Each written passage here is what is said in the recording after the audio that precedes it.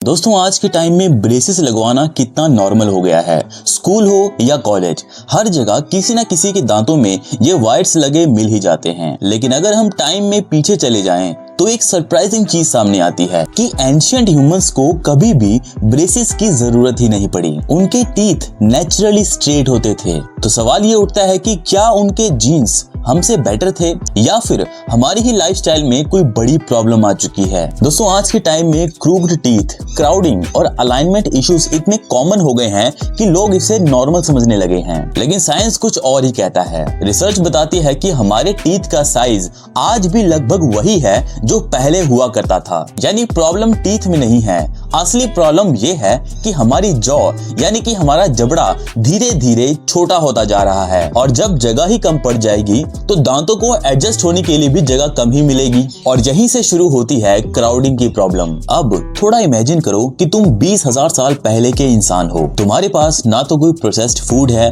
ना ही कोई soft snacks. तुम्हें अपना खाना खुद तोड़ना, चबाना और डाइजेस्ट करना पड़ता है। हार्ड रूट्स, कच्चा मीट और फाइब्रस प्लांट्स तुम्हारी डाइट का हिस्सा हैं, जिसकी वजह से हर बाइट के साथ तुम्हारा जॉ एक हैवी वर्कआउट करता है और इसी कांस्टेंट च्यूइंग की वजह से उनकी जॉ नेचुरली स्ट्रॉन्ग और बड़ी डेवलप होती थी। सिंपल शब्दों में कहें तो उनका जॉ रोज जिम में वर्कआउट करता था। लेकिन अब जरा आज का लाइफस्टाइल देखो। बचपन से ही हमें मिलता है soft baby food, bread, pasta, noodles, smoothies, ऐसा खाना जो हम बिना ज्यादा मेहनत के इजीली चबा सकते हैं और यहीं से प्रॉब्लम चुपचाप शुरू हो जाती है। देखो जब हम चबाने में एफर्ट कम कर देते हैं तो जॉ को प्रॉपर स्टिमुलेशन नहीं मिलता और जब जॉ ग्रो नहीं करता तो वो छोटा ही रह जाता है। देखो हमारे दांतों का साइज जेनेटिकली फिक्स्ड होता है, लेकिन जॉ का साइज एनवायरनमेंट और यूसेज पे डिपेंड करता है। मतलब हमारे दांत अपना काम कर रहे हैं लेकिन हमारा जॉ उनके साथ मैच नहीं कर पा रहा और इसी मिसमैच का रिजल्ट है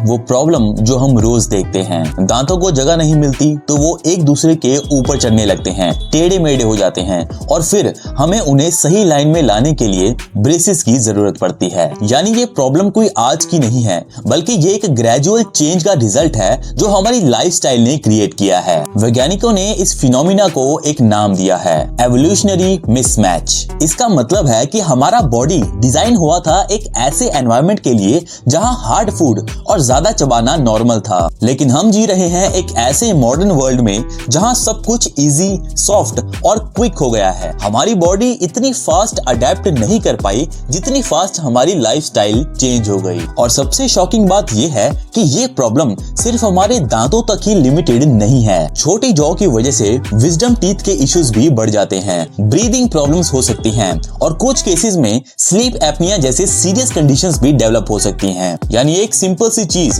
कि हम क्या और कैसे खाते हैं हमारे पूरे फेस स्ट्रक्चर और हेल्थ को इम्पैक्ट कर रही है। तो अगली बार जब तुम किसी को ब्रेसेस में देखो या खुद अपने दांतों को मिरर में चेक करो तो याद रखना, प्रॉब्लम तुम्हारे दांत नहीं बल्कि तुम्हारी मॉडर्न लाइफस्टाइल है, जिसमें तुमने अपनी बॉडी को वो एनवायरनमेंट ही नहीं दिया जिसके लिए वो बनी थी। और शायद तुम्हारा फेवरेट सॉफ्ट फूड ही इस साइलेंट प्रॉब्लम का रीजन है।